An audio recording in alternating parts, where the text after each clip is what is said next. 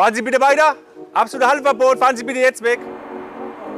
Für Rathaus ist Geld, aber mal Leute für die Bürger was zu machen. Okay, also als erstes beruhigen Sie sich. Wenn der Parkscheinautomat seit einer Dreiviertelstunde überzogen ist, kann ich es nicht löschen. Es gibt keinen Grund dafür. Wir haben jetzt ein Fahrzeug hier vom Kameramann Nico, der hat das Fensterscheibe oben. Guck mal her. Er wird abgeschleppt dann, Der oder? wird abgeschleppt, ja. Weil Nico. Ja, Wertgegenstände drin sind, Schlüssel steckt oder was auch immer. Habt ihr irgendein Gefühl, wenn ihr da einen Zettel dranhängt? Oder du?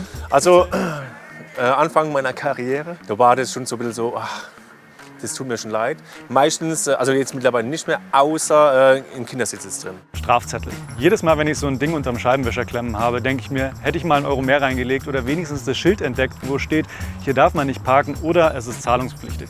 Heute wechseln wir mal die Seiten. Ich bin unterwegs mit Patrick und mit Chiara vom Ordnungsamt Ludwigshafen und gemeinsam versuchen wir die Straßenränder der Stadt ein bisschen sicherer zu machen. Ich hatte euch auf unserem Instagram-Kanal gefragt, was ihr von Patrick und Chiara vom Ordnungsamt wissen wollt und die Fragen habe ich natürlich mitgenommen und immer wenn eine Frage von euch kommt, dann blenden wir die ein. Wie vor jeder Schicht geht's erstmal ins Büro. Also jetzt haben wir schon hier Gebiet zugeteilt bekommen und da sehen wir, dass wir beide zusammen sind. Das sind unsere Diensthandy. Mit verwahren wir. Wir sind in Nord. Ja. Im Hemshof, da bleiben wir jetzt den ganzen Tag, außer wir kriegen einen Auftrag. Und wisst ihr schon, was da so ungefähr auf euch zukommt jetzt im Nord? Ich sage jetzt mal, es ist ein bisschen brenzligeres Gebiet. Also es sind sehr viele Menschen auf einem kleinen Wohnraum, also auch sehr viele Fahrzeuge dementsprechend. Es kann sein, dass es auch ein bisschen Unruhe gibt. Okay, Genau. lass uns überraschen, Lass uns überraschen. aber nicht verprügeln. Nee, Nee, das auf keinen Fall. Okay. Habt ihr so Lieblingsareas, wo ihr besonders gerne hingeht? ja. Auf jeden Fall. Warum? Ich bin eine Person, ich mag halt eher den Trubel. Ich mag Orte, wo halt viele Menschen sind. Ich mag halt Action und ein bisschen Stress, jetzt nicht im negativen Sinne, aber ja. Das heißt, da gibt es aber dann auch wahrscheinlich Straßen, wo ihr öfter seid dann als anderswo. Ja, auf jeden Fall. Also es gibt Gebiete, die halt öfter bestreift werden, weil man halt weiß, dass dort mehr los ist wie in anderen und es halt auch eher benötigt wird, weil halt alles zugeparkt wird. Ja, es gibt auch Anwohner, die beschweren sich öfters. Da müssen wir hingehen und dann halt öfters verwahren oder kontrollieren. Ja, also wir gehen eigentlich auch gerne in die Gebiete, wo es mal ein bisschen zu brenzligen Situationen kommen kann. Ja, weil wir halt immer versuchen, das zu schlichten und wir können das, glaube ich, auch ganz gut. Also ja. bis jetzt haben wir da noch keine negativen Erfahrungen gemacht, aber ja. Es gibt halt Gebiete, da ist kein Mensch auf der Straße, das ist nichts für uns auf jeden Fall. Aber wir reden halt auch sehr gerne mit den Bürgern. Also kontrollieren wir dort, wo mehr los ist. Und treffen gleich auf die ersten Parksünder. Der steht auf der falschen Straßenseite im Halteverbot. Genau. Kann sein, dass der jetzt gleich rauskommt, derjenige.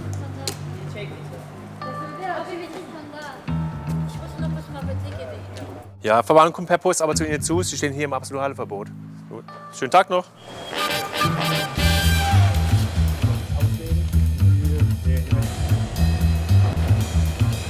Warte, bis Post kommt nach Hause, ja? Wenn Sie nicht bezahlen wollen, können Sie Einspruch einlegen. 15 € kommt es zu Ihnen auch nach Hause. Aber wir können es nicht abkassieren. Ihr Auto braucht einen Parkschein normalerweise. Auch wenn Sie nur kurz gehen. Also in Zukunft bitte Parkschein, ja? Danke. Hier habe ich jetzt einen Parkschein hier, der ist abgelaufen. Oh ja, Vielmehr vor 2 Tagen. Wir haben heute 14. das ist schon ein Weilchen her. Ja. Die beiden sind mit dieser Straße fast fertig. Da kommt meine Premiere. Ich darf einen Zettel ans Auto hängen. Also funktioniert das. Am Schluss gibt es immer ein Foto davon für den QR-Code und dann, Genau. Wir scannen immer den Code ja. und dann ist der Fall regulär durch. Und das kostet jetzt was? Das sind jetzt 20 € Verwarnung, da kein Parkschein drin. Fühlt sich schon komisch an, jetzt zu wissen, man hat da was reingesteckt, was jemanden 20 € kostet. Das ist jetzt nicht so super viel, finde ich jetzt persönlich. Genau. Aber mal ganz viele Autos, da kommt schon ganz schön was zusammen dann auch. Bis zu 100 Autos verwarnt Patrick am Tag. Was macht das Bestrafen am Fließband mit ihm? Habt ihr irgendein Gefühl, wenn ihr da einen Zettel dranhängt? Oder du? Also Anfang meiner Karriere, da war das schon so ein bisschen so, ach, das tut mir schon leid. Meistens, also jetzt mittlerweile nicht mehr, außer im Kindersitz ist drin. Ja, dann denke ich mir, oh, okay, vielleicht ist hier wo ein Kinderarzt, keine Ahnung. Wenn das Fahrzeug im Absolute steht, eine Mama, Kind hat einen Notfall, irgendwas, keine Ahnung. Und ich sehe dann 2 Kindersitze drin und ich muss es jetzt abschleppen und die kommen jetzt am Säugling noch runter. Boah, also das ist dann schon so ein Punkt, wo ich denke, okay, muss es jetzt sein? Ja, da warte ich auch, dann gucke ich, vielleicht kriege ich einen Halter raus oder eine Telefonnummer liegt aus, dass ich anrufen kann. Ja, also Oft habe ich Glück, aber in den meisten Fällen muss ich dann tatsächlich abschleppen. Wie gesagt, das Auto ist eine Sache. Ich muss halt gleich behandeln wie jedes andere Auto auch. Wie viel Spielraum hast du da? Also musst du zwingend einen Zettel dranhängen, wenn du was siehst? Oder kannst du auch sagen, tut mir jetzt leid, weil da sind Kindersitze drin? Nee, das geht gar nicht. Ich habe eine Dienstanweisung und ein absolutes Halteverbot. Sagt schon aus, absolutes Halteverbot.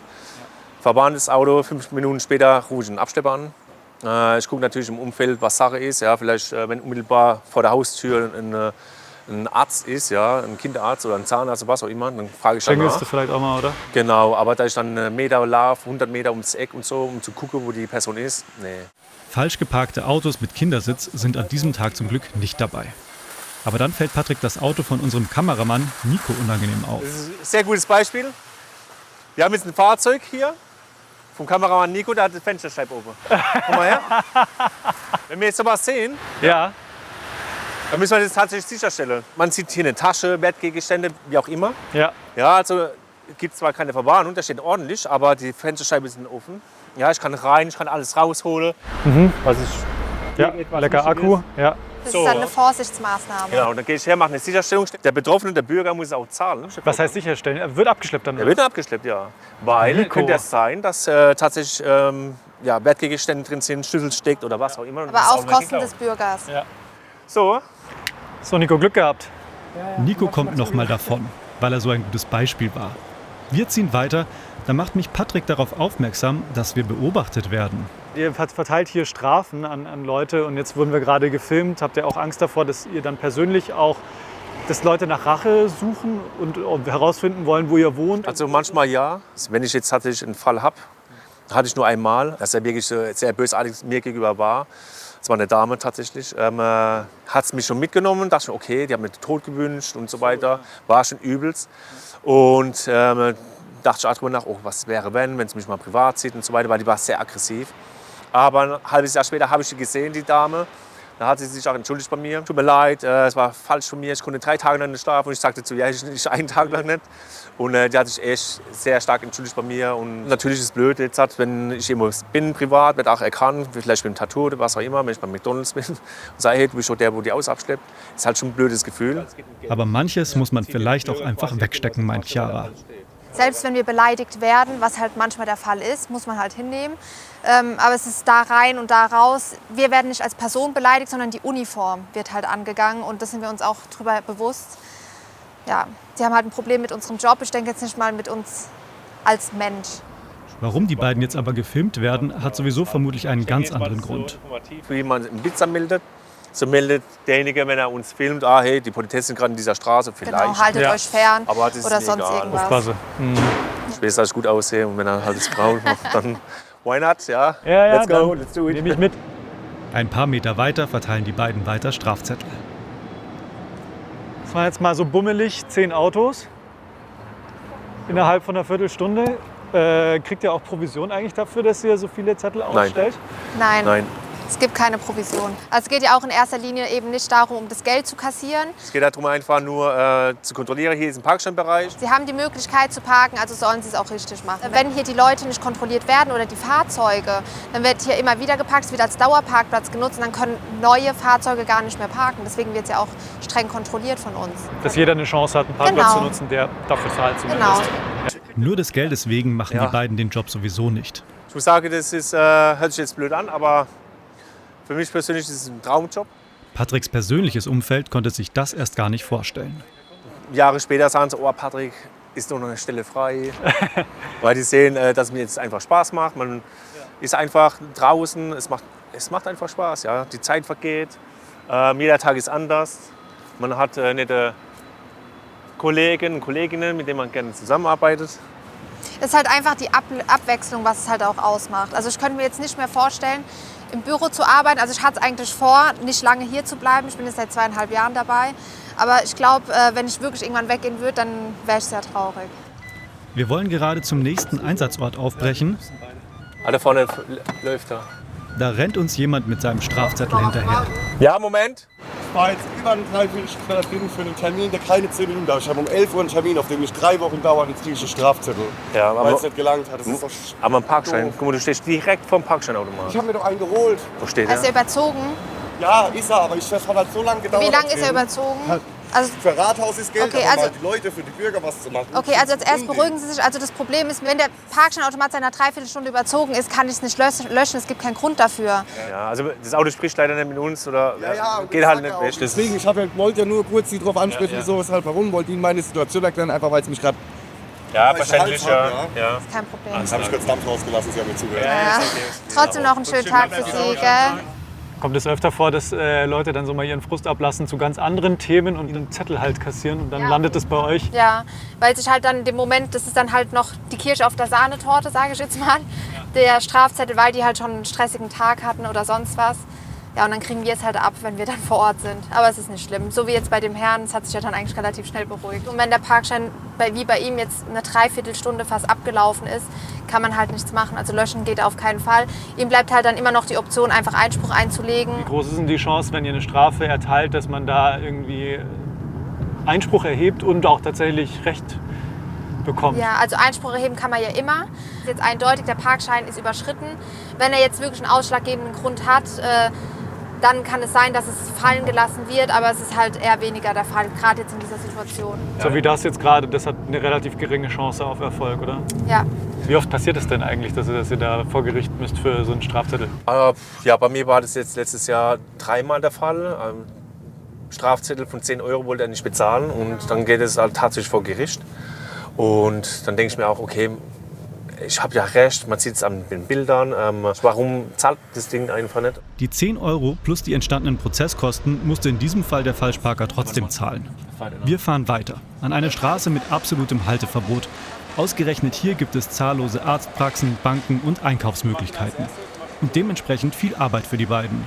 Müsste dann jetzt auch schnell sein quasi, dass ihr alle noch bekommt, bevor die Leute dann Reis ausnehmen? Nee, also ganz normal. Ganz normal, müsst ihr euch da nicht schicken. Hallo, ist absolutes Halteverbot. Hallo. Das ist Ihr Auto?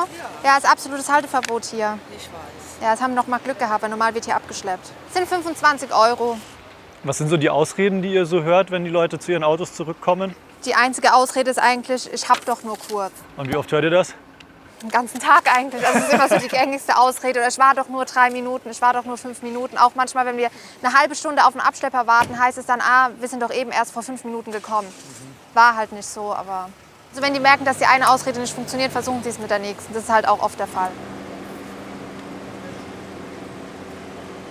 Das geht ja hier echt im Minutentakt. Hier kann man sich eine halbe Stunde hinstellen und gucken, wie die Leute ihre Autos einfach da parken. Genau. Aber selbst wenn wir da stehen, versuchen sie es trotzdem, dass sie einen kurzen Moment aussteigen dürfen. Ja. Aber es gibt halt im absoluten Halteverbot keine Gnade. Wie findet ihr das, wenn dann Leute vor eurer Nase quasi da eine Straftat begehen oder eine Ordnungswidrigkeit? Ja. Frech, ja. Weil meistens wissen sie ja, dass sie es nicht dürfen, machen es aber dann trotzdem. Und warten dann auch, bis wir wirklich ans Auto kommen und die wegschicken. Jetzt wird abgeschleppt. Wie viele Abschlepper brauchen wir gleich? 1, 2, 3. Fahren Sie bitte weiter. Absolute Halteverbot. Fahren Sie bitte jetzt weg. So, Spitzhake. Jeder 2. Also 4 Abschlepper. 4 Abschlepper, 8 Autos. Die 4 Fahrzeughalter, die als erstes kommen, haben noch mal Glück gehabt. Der Halter dieses Citroën, ein älteres Ehepaar, gehört leider nicht dazu. Waren Sie die von dem weißen Citroën, die Halter? Genau. Da waren die ganze Reihe voll gestanden. Ja. Das ist halt Sie hatten auch einen Parkschein drin, wir haben es gesehen. Am besten, Sie rufen sich ein Taxi, dann können Sie da hinfahren. Sie müssen es halt direkt vor Ort bezahlen. Ich schreibe Ihnen jetzt die Telefonnummer auf. behindert und dann dachte man, das wäre so. Leider nicht. Da haben Sie nicht damit gerechnet, dass das jetzt passiert, ne? Nachdem da wirklich ein Auto hinter dem anderen gestanden war, haben wir halt gedacht, okay, da ist eine Lücke, da können wir jetzt für eine Viertelstunde dahin. Abgeschleppt werden. Was für eine Stresssituation für die beiden Betroffenen. Für Chiara und Patrick gehören solche Situationen zum Alltag. Wow. Sehr emotional. Dann kommen die da auch plötzlich irgendwie und dann sind die auch noch gehbehindert. Boah, das tut schon weh. Es tut einem schon leid, ja, auf jeden Fall. Aber sie müssen sich halt trotzdem vergewissern, wo sie parken. Ja. Die letzten Autos sind abgeschleppt. Der Tag endet dort, wo er angefangen hat, im Büro. Dort werden noch kurz Einsprüche bearbeitet und dann ist Feierabend. Herzlichen Dank, dass wir dabei sein durften. Jawohl. Hat Spaß gemacht. Sehr. Dankeschön. Das war unser Tag mit Patrick und Chiara vom Ordnungsamt Ludwigshafen. Was sind denn so eure Erfahrungen mit Strafzetteln und mit dem Ordnungsamt allgemein? Schreibt es mir gerne in die Kommentare rein. Und wenn ihr noch weitere Videos sehen wollt von uns, dann schaut gerne hier auf unseren Kanal oder von Julian noch eine Reportage. Die findet ihr hier.